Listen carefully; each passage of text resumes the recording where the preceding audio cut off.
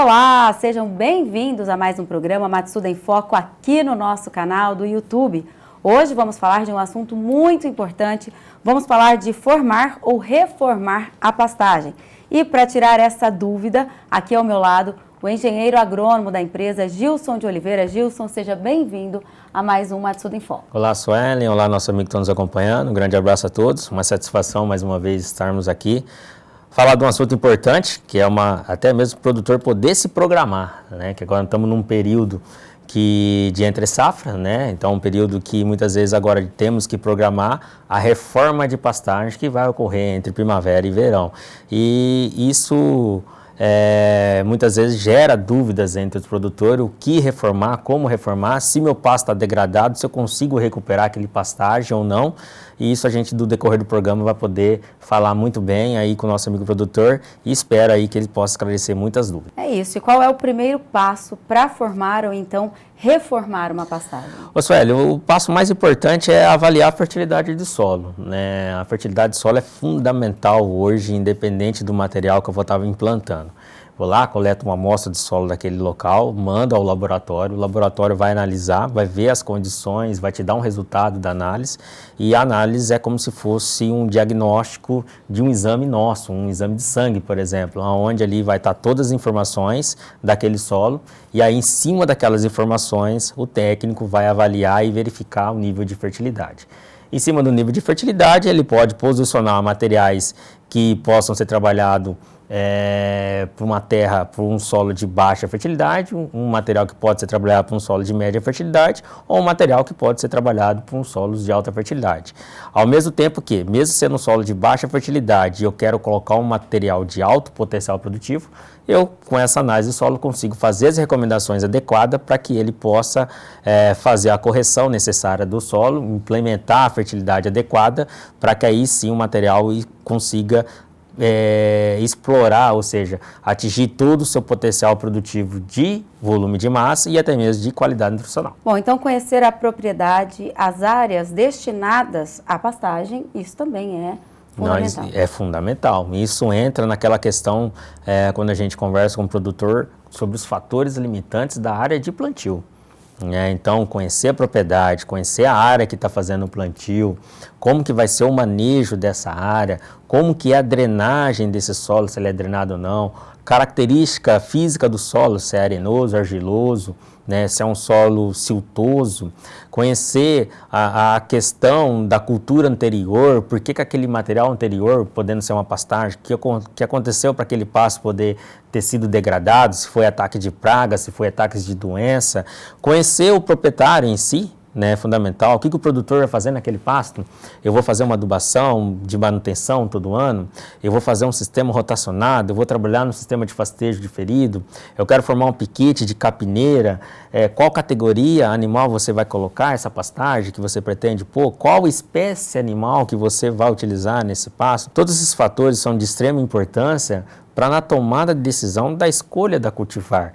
Porque uma vez um pasto bem estabelecido é uma pastagem para perdurar 5, 10 anos, quando bem manejada, quando bem nutrida, e aí proporcionando bom resultado para o produtor. Então esses fatores limitantes hoje é fundamental para que a gente possa, o técnico, recomendar a forrageira adequada. Certo, a escolha da melhor espécie, do melhor cultivar de capim para ser implantada ali na propriedade também é um ponto muito importante, é um ponto fundamental, na verdade, para se formar uma boa pastagem, né, Gilson? E essa escolha, ela é muitas vezes deixada em segundo plano pelo produtor, isso pode trazer prejuízos. Né? Prejuízos até mesmo grandes, né? Muitas vezes um erro muitas vezes de muitos produtores é chegar para um técnico e falar qual o melhor pasto que você tem. Esse se torna um erro grande, porque se você não conhecer bem o local que você está fazendo o plantio da sua pastagem, né, eu implantar uma forrageira de alto potencial produtivo, de boa qualidade, que é exigente fertilidade do solo, numa terra fraca e não fazer as correções, esse pasto em pouco tempo ele degrada. É um pasto que em 2, 3 anos ele está degradado. Então é uma indicação errada, porque todos esses fatores limitantes mencionados lá atrás é fundamental para eu acertar o capim a ser implantado. Exemplo como esse da baixa fertilidade do solo em espécies que são exigentes, isso é muito comum.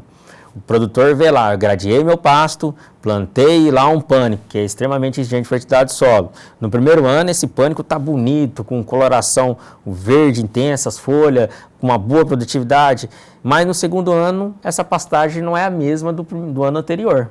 Já começa a diminuir a produção, aquela quantidade de animal que eu coloquei lá atrás já começa a diminuir, no segundo ano já começa a ter problema de plantas no local, na área, e aí rapidamente esse pasto meu ele vai degradar, né? Então esse é alguns dos exemplos, né? E tem vários outros exemplos, por exemplo, um problema de insetos, cigarrinha na minha pastagem, né? Eu tenho ali a Brachiara decumbens, eu quero tirar a decumbens e implantar, por exemplo, uma Russense. Bom, Russense é susceptível à cigarrinha, né? Eu tenho que optar por forragens ali que sejam resistentes ou que tenham uma certa tolerância ao ataque de praga. Ou não adianta eu tirar minha decumbens e plantar decumbens de novo, se naquele local tem problemas de ataques de inseto.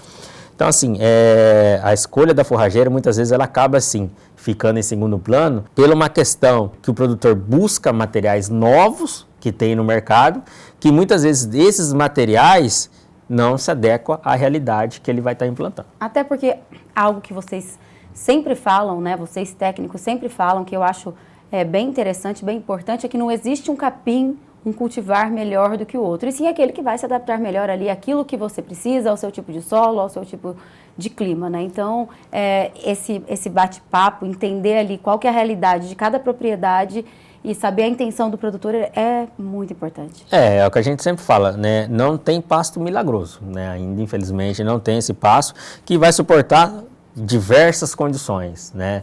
Desde um período das águas, ele produzindo bem, um período da seca vai estar produzindo, um pasto que você não precisa adubar tanto, um pasto que de qualquer manejo eu fizer, ele vai produzir uma forragem ali, um volume adequado. Não existe, mas tem materiais que vai se adequar de acordo com a realidade do produtor.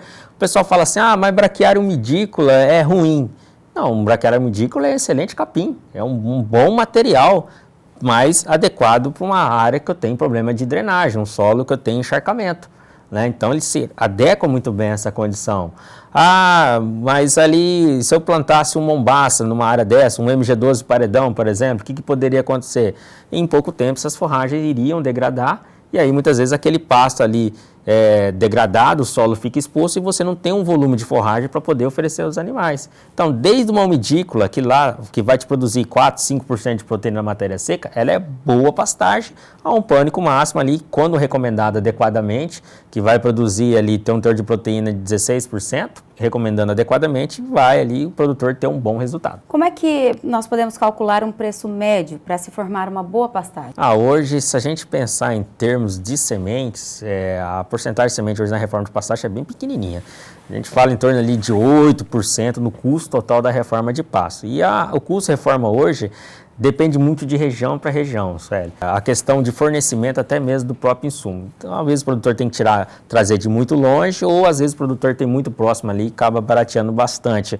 Mas ela vai ficar numa faixa ali de 2.000, aí podendo se estender até R$3.000 por hectare. Isso é uma média que o produtor vai ter de custo de reforma de pasto. Só que dentro desse custo de reforma, a semente ali ela é uma margem bem pequena, que hoje corresponde ali de 6 a 8% do custo da reforma.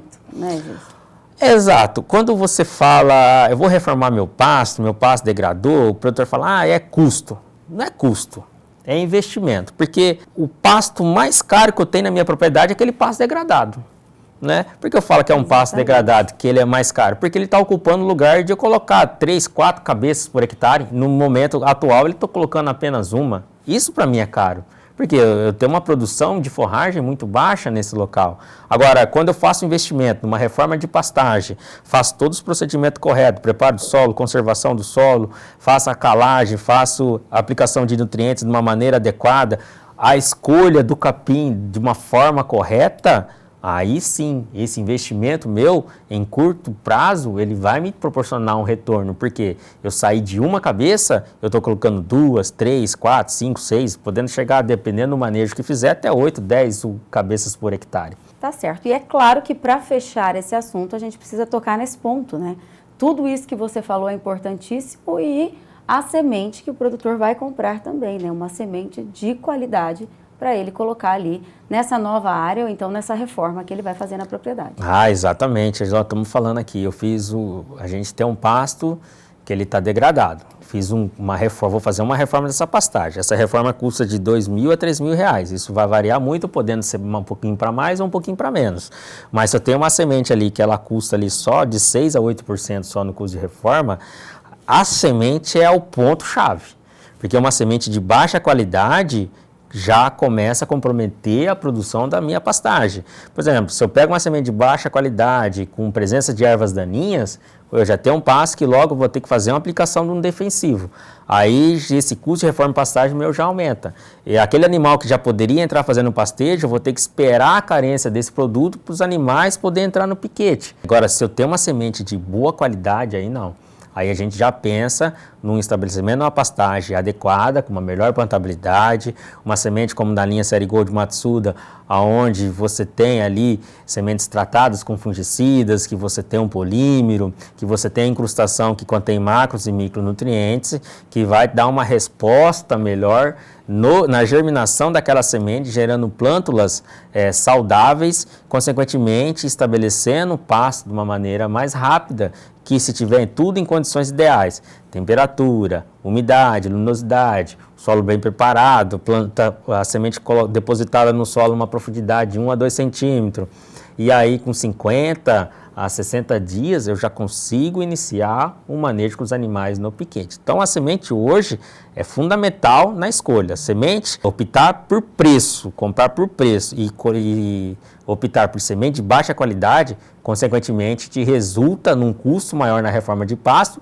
e um pasto que degrada mais rapidamente, tá? Porque você tem muitas plantas ali que não vão ser plantas sadias, que vão se degradar mais rapidamente. Então, quando tem uma planta da linha Série Gold, sementes que foram selecionadas, que passaram por um processo de beneficiamento adequado, a probabilidade de você ter esse pasto bem estabelecido e rápido é muito maior. Muito bem, e aí, gostou desse vídeo? Então curta, compartilhe com os amigos. Se ainda não se inscreveu no nosso canal, se inscreva e ative as notificações clicando no sininho. Gilson, muito obrigada pela sua participação, informações muito importantes. Até a próxima, um ótimo dia para você. Obrigado, Suelen, obrigado nosso amigo que está nos acompanhando, um forte abraço e até mais. Obrigada pela companhia, até o próximo programa, tchau, tchau.